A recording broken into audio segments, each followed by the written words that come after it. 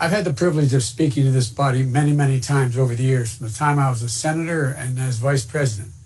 And I've always had enormous respect for just how tough your jobs are. I'm not being solicitous. I used to be a county councilman in Delaware. I only ran for the United States Senate because I realized how hard local office is. I kiddingly say that I did it because, I ran for the Senate because it was easier. But the quality of people's lives is so much more in your hands and on your shoulders than anyone else. Making sure people feel safe walking down the street, making sure the garbage gets collected, making sure the schools are safe and open. All the concrete things that make everyday life or break everyday life. They're not partisan things. They're just practical things. People look to you, Democrats and Republicans.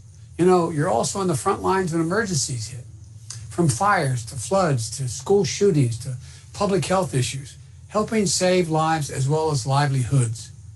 That's why I've made it a priority my entire career to work closely with you. From the time I got to the Senate 180 years ago, as well as my tenure as vice president. If I have the honor of becoming your president, I make this commitment to you. You're going to have an access directly to the White House. And I'm going to be right there with you, helping you in your communities based on what you think you need and the challenge you're facing. Because the president, Mayor, pointed out that it is about all from the bottom up. It doesn't go from the top down. We're dealing with 4 historic crises all at once. A once-in-a-century pandemic that has claimed over 200,000 American lives, a devastating economic recession, a long overdue reckoning on racial justice, and a changing climate that's ravaging communities all across the country. I need not tell that to Eric and the mayors in California and Oregon and Washington State. Not one of those crises should have a partisan dimension. I really mean that. Not one single one. If I get elected president, I'm not going to be the Democratic president. I'm going to be an American president. Whether you voted for me or against me, whether your city is red or blue, I'm going to be there, I promise you. Frankly, we should be able to address each one of these the same way mayors solve problems, by leading with the facts and with reality, putting the well-being of our constituents first, uniting people around solutions that work for everybody. But tragically, that isn't how this current administration is wired. The only problems that matter to this president seem to be problems that affect him personally. He divides everything into red and blue states, red states, Democratic cities, Republican cities. I think that explains why. One day before we hit 200,000 deaths, the president held a campaign rally and insisted that the virus would, quote, affects virtually nobody. Then he went on to say, quote, except elderly people with heart conditions and problems. Ask the folks in your communities how they feel about that. Their parents are being referred to by the president as nobodies. Ask their families for that empty seat at the kitchen table this morning. If that's true, they're nobodies. Kids who lost their teachers, parents and grandparents, friends or coworkers, sisters or brothers, never going to see again. The problems we're facing affects all of us, every one of us in every community. I think this may be the toughest time in a long time to be a mayor, especially a big city mayor. But that's not true across the board. Mayors have faced adversity before. Some of you remember back in 2008, the economy was in free fall. We were losing 700,000 jobs a month because of the recession we inherited. Families lost, and I know you remember this, families lost more than $16 trillion, families, in personal wealth. People who had never missed a mortgage payment, all of a sudden were underwater, being foreclosed on, because the number of foreclosures that occurred on their streets, significantly reducing the value of their home, was devastating. We didn't solve it by saying you're on your own. It's what it is. We came together. With your leadership, we passed and implemented the Recovery Act. We provided $140 billion in state and local fiscal relief, keeping law enforcement and firefighters on the job. We sent more than $50 billion to your school districts, saving more than 300,000 education jobs.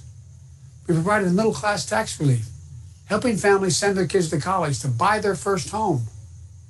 We invested in the future. We put $48 billion in infrastructure projects, building 42,000 miles of roads, nearly 27,000 bridges to go along with the biggest clean energy investment in all of our history, creating hundreds of thousands of jobs. And I said then and I say again, you should be able to make the decisions what your city most needs. It shouldn't have to go through your state legislatures all the time. You should have an opportunity. Even conservative economists acknowledge that what we did saved us from a depression. When the president gave me the honor of leading the recovery effort, first thing I did, I went to the mayors. Some of you were still around then. I spoke with over 200 mayors. Because of you, we came through the moment together. I really mean it. I was on the phone constantly. That's the same approach we should be taking today. It starts with your budgets. You have to balance your budgets. You're getting squeezed like never before. Local services are getting pared back. Municipal jobs are falling by the wayside. Furloughs and layoffs, compounding the devastation. We still have no effective national standard for curbing the virus, which is infuriating because scientists insist that we could save 110,000, they expect close to 200,000 more lives to be lost between now and January. They insist we could save 110 by the end of the year by simply wearing masks. And that's straining your budget even more because it keeps businesses from opening back up. It keeps emergency rooms full. It holds down your cities from springing back to life. There is no reason, none, that we can't work together. We can't work together again to overcome these challenges. You all know the House passed the HEROES Act, which would provide $915 billion in local and state government. It's collecting dust right now in the Senate.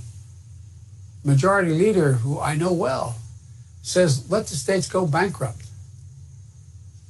We should have a local emergency fund that drives resources straight to you. Expand your health infrastructure. Reimburses overtime pay for the essential workers and first responders. Whenever your country needs, whatever your community needs the most. It isn't all about resources, though. At the time when people are crying out for justice, exercising the right to peacefully protest, it's falling on you to keep the peace. And God, it's a tough job under any circumstances. It's nearly impossible with a president who scapegoats mayors and fans the flame of division. We can work together to build trust and accountability between police and communities, to condemn all violence, while still addressing the pain and injustice that they're feeling and rooting out systemic racism. And as you all deal with the effects of extreme weather, fires, floods, superstorms, it's like we've never seen. You know, we can work together to invest in our communities, to make them more resilient to climate change. The problems are different in some places it's about flooding. Some places about being wiped out by storms along the coast where I live. Sometimes it's about being safe, just keeping people safe from fires. But it also is about being able to create millions of jobs, modernizing your buildings and your transportation system, making your community stronger, greener, better positioned to seize the opportunities in the years ahead. That's what I plan on doing to get to you. That's what we did when I was vice president. That's what we'll do if I have the honor of becoming your president. You know, what we can't do, though, is divide ourselves into pieces. That's the only strategy this president seems to know. But it doesn't work. It can distract you from a problem. It can create a new problem to occupy your attention. But it can't actually solve anything. You all know better than anyone. Dividing ourselves gets us nowhere. We have to work together in good faith, competently, efficiently, leading with the facts. We can disagree on policies, but we have to cooperate. It's the only way we're going to come out of these crises and ensure that our best days are still ahead, which I firmly believe they are. That's what we've tried to do in this campaign, and that's what I'll do as president. Work with all of you, Democrats, Republicans, Independents. As I said, if I'm elected president, I'm not going to be a Democratic president. I'm going to be an American president. Blue cities, red cities, it does not matter to me. I promise you. Every American community deserves the full support of an American president. Look, Being a mayor, and you know I'm not kidding about this, is hard under the best of circumstances. But the worst thing a president can do is to drive wedges and make your job tougher because he thinks it benefits him or stirs up chaos in your communities. You deserve a partner who'll listen to you, who'll work with you, work on your priorities. Someone who gets your back and saves your back, works to cover your back, no matter what you are, no matter what challenge you're facing. You know, this moment we're facing now isn't a partisan moment. It's an American moment. It sounds corny, doesn't it? But it's true, it's an American moment. It's a chance for us to overcome anger and division that has held us back of late for far too long. We can emerge from these crises. We can do what we're best at doing, unite, work together. And it starts with the mayors. And I really mean that. It starts with all of you. I promise you, if I'm elected, you will have direct access to the White House. I want to thank you all because we need you to build back better. You are the foundation stone, not a joke. You're the ones leading the way.